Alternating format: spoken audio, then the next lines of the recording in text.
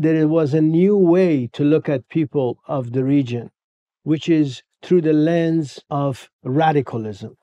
People who are engaged in acts of terrorism, people who are so fanatic in their religion that they keep their women at home. They force them to wear the hijab. They punish them if they socialize with the Westerners, and so on and so forth.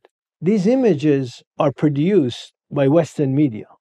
To this day, it is okay to say, in some circles at least, that many Middle Easterners are terrorists or they're living in a very patriarchal society and they're oppressive to their women, and so on and so forth. You wouldn't be able to say that towards even African Americans. I think there's an exceptionalism that has applied or is applying to people of the region in the Middle East, especially Muslims.